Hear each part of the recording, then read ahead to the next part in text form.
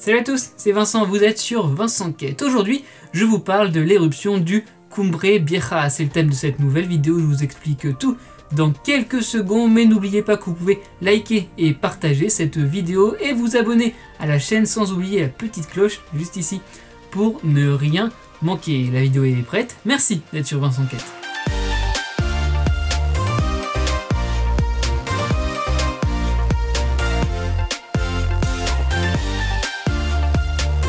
C'est une vidéo que j'ai envie de vous faire depuis presque un mois. Le dimanche 19 septembre aux Canaries, sur l'île de La Palma, le volcan Cumbre Vieja est entré en éruption. Il s'est réveillé après être resté endormi pendant 50 ans. La dernière éruption date de 1971, c'est la troisième éruption en un siècle. Une autre avait eu lieu en 1949. Petite présentation de ce volcan. On dit qu'il est vieux de 125 000 ans. Son point culminant est à 1944 mètres de hauteur et c'est un volcan de type rouge, un volcan de type effusif où la lave coule le long du volcan malgré des épisodes explosifs où la lave est projetée dans un nuage de cendres en petits morceaux. Il est l'un des volcans les plus actifs de l'archipel des Canaries. Il y a 4 semaines donc, le Cumbre Vieja s'est réveillé détruisant en 24 heures à peine une centaine de maisons mais sans faire de victimes sur les 85 000 habitants de l'île. Quelques milliers avaient été évacués auparavant car les autorités étaient prévenues de l'imminence d'une éruption. Elles avaient mis en place une surveillance accrue du volcan après une intense activité sismique, signe de remontée du magma. C'est d'ailleurs un séisme de magnitude 4,6 sur l'échelle de Richter qui l'a fait entrer en éruption. Depuis 2017, en fait, le volcan est sous surveillance renforcée avec un début d'activité sismique et depuis le 11 septembre 2021, cette activité était en forte croissance, d'où la surveillance une nouvelle fois renforcée. Car oui, les volcanologues peuvent désormais prévoir assez précisément l'imminence d'une éruption, notamment avec les petits séismes qui annoncent l'événement. D'ailleurs, si vous souhaitez en savoir un peu plus sur ce sujet, dites-le moi dans les commentaires et je vous préparerai une petite vidéo. Voilà.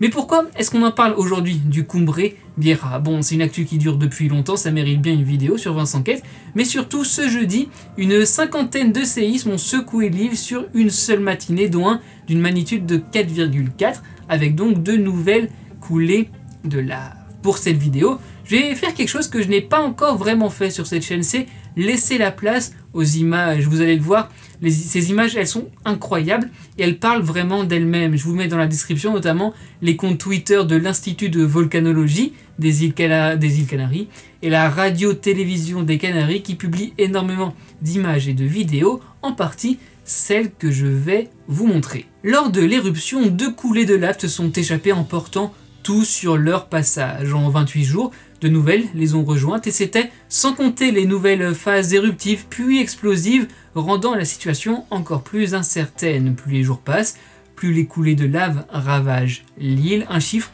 la lave avançait jusqu'à 700 mètres par heure, rendez-vous compte. Et vous voyez, sur cette image derrière moi en particulier, on assiste parfois à des tsunamis de lave comme le présentent certains spécialistes. Dans les phases explosives, les cendres tombent du ciel et s'entassent sur le sol. Il faut alors les déblayer pour pouvoir circuler convenablement, mais surtout, il faut les enlever des toits des habitations, car sinon les toits pourraient s'effondrer sous le poids accumulé de ces cendres, et c'est un travail quotidien pour les habitants de La Palma, vous le voyez.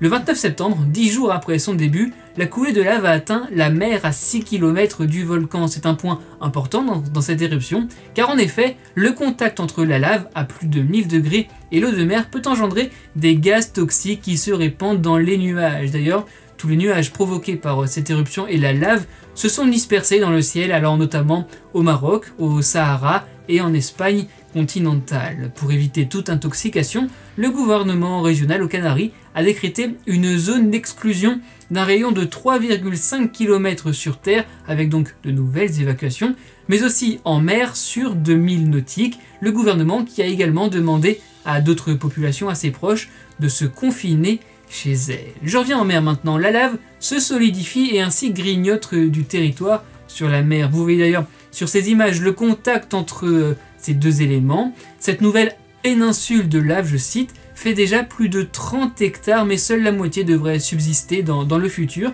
L'île sera donc plus grande après cette éruption de 2021.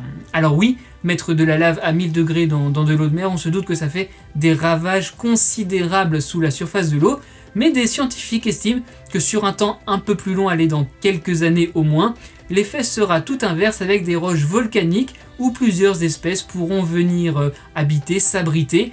Il faut aussi donc essayer de voir le positif dans cette terrible éruption. En tout cas, je l'essaye pour Vincent Quête. Bon, pour résumer cette vidéo et la situation aux Canaries sur l'île de La Palma. Depuis le 19 septembre, cela fait 28 jours, le Cumbre Vieja est entré en éruption, une première depuis 1971. En 4 semaines, plus de 1400 bâtiments ont été détruits et au moins 6800 personnes ont été évacuées selon le dernier bilan. Pour autant, il faut le souligner, cette éruption n'a fait aucune victime. La lave recouvre aujourd'hui presque 700 hectares de l'île. Les images, vous les avez vues, sont impressionnantes. La coulée de lave de presque 2 km de large, c'est absolument énorme, a déjà détruit plusieurs quartiers et est parvenu jusqu'à la mer où plus de 30 hectares ont été gagnés malgré des effusions qui pourraient être toxiques. Personne ne se risque à donner une estimation de la fin de l'éruption. Elle pourrait durer encore quelques jours, quelques semaines, voire quelques mois. Deux raisons principales. Tout d'abord, la présence d'une autre poche de magma à 20 ou 30 km de profondeur. Et la seconde raison est liée. Le Cumbre Vieja n'a pas un seul cratère. La lave sort de plusieurs bouches et il est donc impossible de savoir si une nouvelle ne va pas se créer prochainement et si cette nouvelle ne fera pas jaillir le magma enfermé sous terre. Les précédentes éruptions, pour que vous le sachiez, avaient duré entre 2 semaines et 3 mois. Cela pose aussi la question du futur sur l'île. Comment reconstruire et surtout s'il faut reconstruire. En tout cas, le Premier ministre espagnol Pedro Sánchez a promis une enveloppe de 214 millions d'euros. Allez, juste avant de finir, vous avez peut-être vu passer le scénario catastrophe d'un méga tsunami provoqué par une éruption à La Palma. Je vous rassure, ce scénario n'est pas envisagé par les spécialistes, du moins dans la configuration actuelle de l'éruption. C'est donc la fin de cette vidéo consacrée à l'éruption du Cumbre Vieja. Merci à tous les amis d'avoir été au rendez-vous. On s'abonne, on like, on partage la vidéo et toutes celles présentes sur Vincent Quête. Je vous retrouve chaque semaine ici même avec de nouvelles vidéos inédites. J'espère que vous serez là. Sur les réseaux sociaux, c'est @Vincent Quête. On se parle quand vous voulez. Et surtout, n'oubliez pas, soyez heureux, restez curieux.